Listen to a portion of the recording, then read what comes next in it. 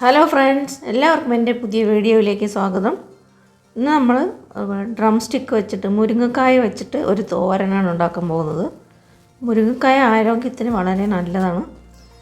അപ്പോൾ നമുക്ക് മുരിങ്ങക്കായ ഇതുപോലെ ഞാൻ വലിയ മുരിങ്ങക്കായാണ് എടുത്തിരിക്കുന്നത്.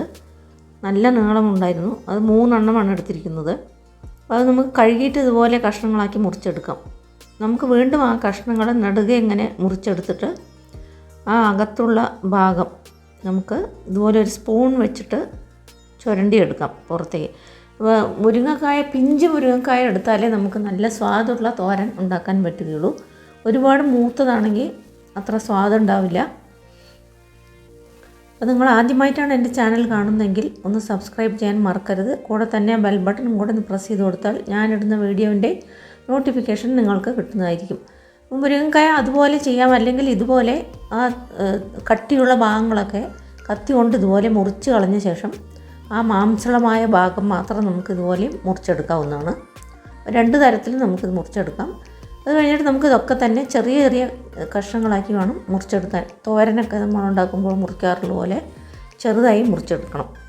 അപ്പോൾ മുറിച്ചെടുത്ത ശേഷം നമുക്ക് ഒരു പാനിലേക്ക് 1 ടേബിൾ സ്പൂൺ വെളിച്ചെണ്ണ, ഞാൻ വെളിച്ചെണ്ണയാണ് ചേർക്കുന്നത്. വെളിച്ചെണ്ണ ചേർക്കുമ്പോഴാണ് അതിന് നല്ല രുചി കൂടുതൽ. നിങ്ങൾക്ക് ഏതെണ്ണ വേണമെങ്കിലും ഉപയോഗിക്കാം. അതിലേക്ക് 1 ടീസ്പൂൺ കടുകിട്ട് കൊടുക്കുക.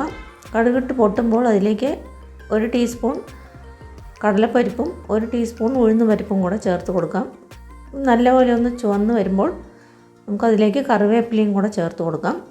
ഇത് നമുക്ക് പെട്ടെന്ന് തന്നെ ഉണ്ടാക്കിയെടുക്കാൻ പറ്റും. 10 മിനിറ്റിൽ തന്നെ ഇത് റെഡിയാവും. നല്ല രുചിയുള്ള ഒരു തോരനാണ്. അത് നിങ്ങളെല്ലാവരും തീർച്ചയായിട്ടും ഉണ്ടാക്കി നോക്കണം. നിങ്ങൾക്ക് മുരിങ്ങയുടെ പൂവ് കിട്ടുകയാണെങ്കിൽ അതും ഇതിൻ്റെ കൂടെ ചേർക്കാവുന്നതാണ്. അപ്പോൾ കറിവേപ്പിലയും കൂടെ ചേർത്ത് കൊടുത്തു. അതിനുശേഷം നമുക്ക് മുറിച്ച് വെച്ചിരിക്കുന്ന ആ മുരിങ്ങക്കായ അതിലേക്ക് ചേർത്ത് കൊടുക്കാം. ചേർത്ത് കൊടുത്തിട്ട് ആദ്യം ഒരു 2 മിനിറ്റ് നല്ലപോലെ ഒന്ന് വഴറ്റിയെടുക്കുക.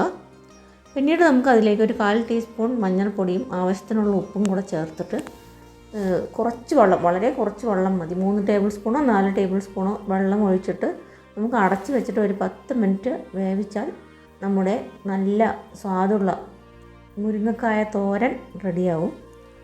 അപ്പോൾ ഇത് ചോറിൻ്റെ കൂടെ, ചൂട് ചോറിൻ്റെ കൂടെ കഴിക്കാൻ നല്ല സ്വാദുള്ള ഒരു വിഭവമാണ്. രസം കൂട്ടിയും എങ്ങനെ വേണമെങ്കിലും ഇത് കഴിക്കാം. അല്ലാതെ നമുക്ക് തൈരിൻ്റെ കൂടെ കഴിക്കാനാണെങ്കിലും, തൈര് ചോറിൻ്റെ കൂടെ കഴിക്കാനാണെങ്കിലും നല്ല സ്വാദുള്ള ഒരു തോരനാണ്.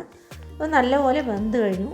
നമുക്ക് ഇതിലേക്ക് തേങ്ങ ചതച്ചതും കൂടെ ചേർത്ത് കൊടുക്കാം. തേങ്ങയും പച്ചമുളകും കൂടെ ചതച്ചത് 2 ടേബിൾ സ്പൂണോ 3 ടേബിൾ സ്പൂണോ ചേർത്ത് കൊടുത്താൽ നല്ല രുചിയുള്ള നമ്മുടെ മുരിങ്ങക്കായ തോരൻ റെഡിയായി. അപ്പോൾ ഇത് വളരെ പെട്ടെന്ന് തന്നെ നമുക്ക് ഉണ്ടാക്കിയെടുക്കാൻ പറ്റും. നിങ്ങൾക്ക് എല്ലാവർക്കും ഈ വീഡിയോ ഇഷ്ടപ്പെട്ട് കാണുമെന്ന് വിചാരിക്കുന്നു. വീഡിയോ ഇഷ്ടപ്പെട്ടാൽ ലൈക്ക് ചെയ്യാനും ഷെയർ ചെയ്യാനും മറക്കരുത്. അപ്പോൾ തേങ്ങ ചേർത്ത ശേഷം 1 മിനിറ്റും കൂടെ ഒന്ന് കുക്ക് ചെയ്ത ശേഷം നമുക്കിത് റെഡിയായി. അപ്പോൾ വീണ്ടും ഒരു പുതിയ റെസിപ്പി